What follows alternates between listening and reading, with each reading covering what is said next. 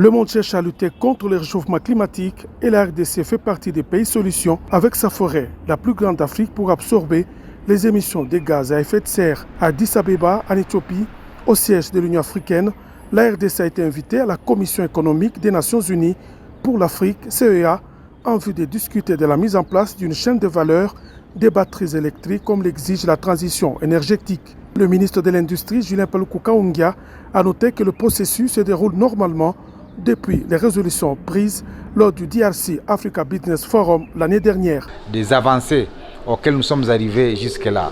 La première avancée, c'est que d'abord, la RDC a créé le Centre africain d'excellence pour devoir former localement des Congolais et des Africains sur cette question des batteries électriques. La deuxième chose, c'est que la RDC, à travers le gouverneur Dio Katanga qui est ici, vient de disponibiliser 2000 hectares répartis en 4 blocs de 500 hectares pour abriter les premières zones économiques spéciales à l'intérieur desquelles vont se développer les premières unités industrielles de batteries électriques. Le gouverneur Jacques Ablakatou a indiqué que le Haut-Katanga s'est approprié ce grand projet qui va provoquer un boom économique et créer des emplois.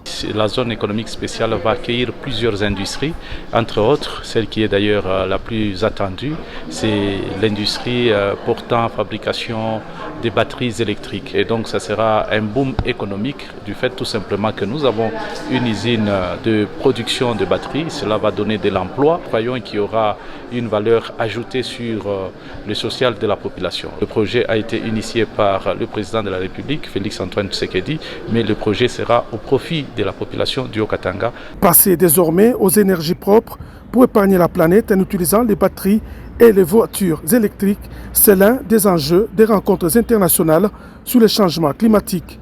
Des rencontres dont les discussions se focalisent de plus en plus sur la RDC, pays solution, et le Haut-Katanga se trouve au cœur de cette solution de par ce projet pilote. Les préalables comme les routes pour faciliter les échanges avec l'Afrique australe notamment sont en train d'être mis en place.